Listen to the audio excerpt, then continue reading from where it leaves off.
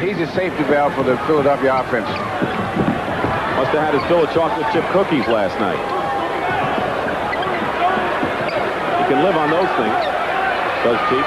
Kareem. Skyhook misses, and Ivoroni fights two Lakers for the ball. 43-31, Lakers lead. 6:22 to go. There's a pass from Tony to Malone, who's fouled by Michael Cooper. Andrew Toney with a fine pass to Moses Malone, and he'll go to the line. But first we'll have a timeout. And you've seen more outstanding defensive plays in this game already than you've seen in a lot of games for 48 minutes. Ladies and gentlemen, now here's that last shot by Kurt Rambis. Well, I got to do something with it. I don't know what it is. Oh, that's what I'll do with it. I didn't see them work on that in practice yesterday. Kevin Lockbury, Pat Riley is showing us something with his guts as a coach. He sure has, Brent. Most coaches being down 2-0 would make changes. He went with Rambis on Moses. Rambis shut out Moses in the whole first quarter, and Osco was 5 for 5 from the floor for 10 points. All right, let's go back over now to Dick and Bill.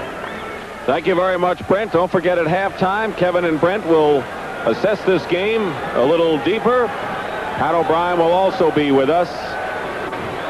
Rambis has outscored Ivoroni 10-0. Ivoroni had played two fine games in the first two, but I think we're seeing also a more active Magic Johnson and a judicious use of Kareem on offense. Yes, and they're moving the ball real well. You notice that when the Lakers are playing very well, Jamal Wilkes has good shooting days. And I don't know how many points he's got, but I do know that he's been very effective today, and that's one of the key things to watch for when the Lakers are playing well. He has 10 points, and he's been hot from the field. He's been struggling so far from the field in the first two games. Nearly halfway through this first half of the second period, Nixon called for the offensive foul. He had to shove off with his left arm when he went up with the right hand on that shot. Second personal foul on Norman Nixon, and the 14th foul against the Lakers, and one more, and it'll be the penalty. Each team is allowed 14 fouls in a period before they're in the penalty. Now, this is something that the Sixers like to do. They like to isolate Julius, Tony, or Moses so they can play one-on-one. That's the key to their offense, is to try to get these guys isolated so that the double team is not effective. And then play the good, strong team defense. Julius Erving is 5 for 11. We're going to see Johnson come back in the game for the Lakers. It's a 9-point game again. 76ers slicing it down to 9. It was 15. Wild shot off the side of the backboard by Kareem. It was blocked by Moses. And here comes Cheek driving right past Nixon. Ivoroni is fouled by Kurt Rambis. This is where the Lakers, they want to maintain a lead at halftime, have to really put the stops on. Now here's the play. Cheeks goes up, he misses it. And now there's the foul right there. Take that. You're going to foul? Make it count, right? Just don't draw blood. That's the 15th foul against Los Angeles. Magic Johnson comes in, replaces Kurt Rambis. Now the reason you had to rush Magic back in there is the Sixers are starting to get a little stronger on the boards. And he's the best rebounder they have, so you got to have him in there. It'd be nice to draw conclusions of what's happened so far, but you really can't, because the Lakers have more than held their own in the first half of the first two games. It's been the second half when the rebounding has really changed dramatically in favor of Billy Cunningham's Sixers, and Philadelphia has just gone on a scoring splurge. Tighten up the defense. Against Malone, Kareem. This is the sky hook, Julius. Look at that move. Lost his footing, came up with the ball. Nearly 5 minutes to go in the first half. Malone goes up and is fouled. How do you not foul Moses Malone when he gets the ball down deep like that? Well, what happened was he had Magic on him. He says, no 6'8" guy can guard me. And so they gave him a beautiful pass, and the help from the weak side got there a little too late. So then he's up in the air, and he moved that ball around pretty well to draw the foul. It's on Michael Cooper, his second.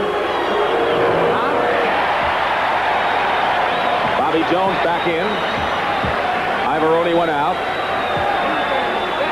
The 76ers have gone to the line 10 times and have managed to hit only 4 shots. Now they're getting closer to 500, which is still not good enough. 8-point game. Now the game is being decided now. The Lakers got off to a good start, and as I said earlier, there's a lot of emotional. Now they got to come down and execute, and they haven't been able to do it so far in a lot of situations where you expect them to. Turnover, Bobby Jones in the baseline, and now Philadelphia making their big spurt now, 43-37. It's a 6-point game, and this is the closest Philadelphia has come to the Lakers. Pat Riley says, don't stop now. We have 4 minutes and 31 seconds remaining in the first half. The Lakers called the 22nd timeout. Now here's the good Philadelphia defense. Norm Nixon goes inside, passes, they're forced to pass. Now the Sixers come up with the ball. They run it up, and as I said, they feed off their defense. It's a good pass. Bobby Jones takes a little jump on the baseline, and that's history. This is the closest the Sixers have been since 12-8 early in the first period. And I have to think the way the first 2 games have gone, Bill, no matter what the Lakers do in this game, they always will have to be wary of that big defensive clampdown that the Sixers always seem to have in the second half, and particularly in the fourth period. Well, what you do, the coach Riley may do when he sees this thing developing, because you can sense it, is maybe call it an excessive amount of timeouts just to change the momentum. Jamal Wilkes with a hoop. He has 12 points. Hopefully it could be a rally breaker from the Laker point of view, but Philadelphia playing strong and coming back in this game. Julius Erving, and Tony gets the offensive rebound. Malone. That's the difference right there. Now that Malone got the 3rd offensive rebound. Bobby Jones, and the Sixers will try to cut it to 4. And they do. And now Philadelphia is the band on the run now, and the Lakers are trailing 45-41, or leading by 4 points with 3:40 to go in the first half.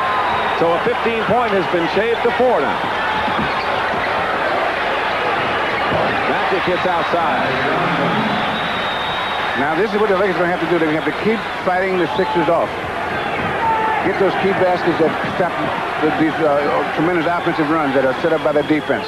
They're going to have to keep fighting them off to the end of this game if they're lucky enough to be, fortunate enough to be in front. We have a timeout called by Philadelphia, but Billy Cunningham has to like their position. They're trailing by 6 points with 3:21 to go in the half. They know the second half has been their half.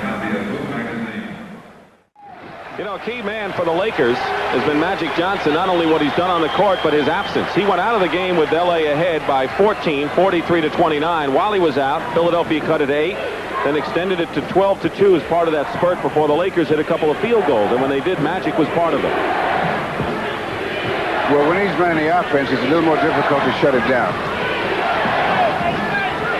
Philadelphia trying to cut it to 4. The closest they've come is 4 points. Andrew Tony and Jamal Wilkes, who's had a good first half. Here's Johnson running the show.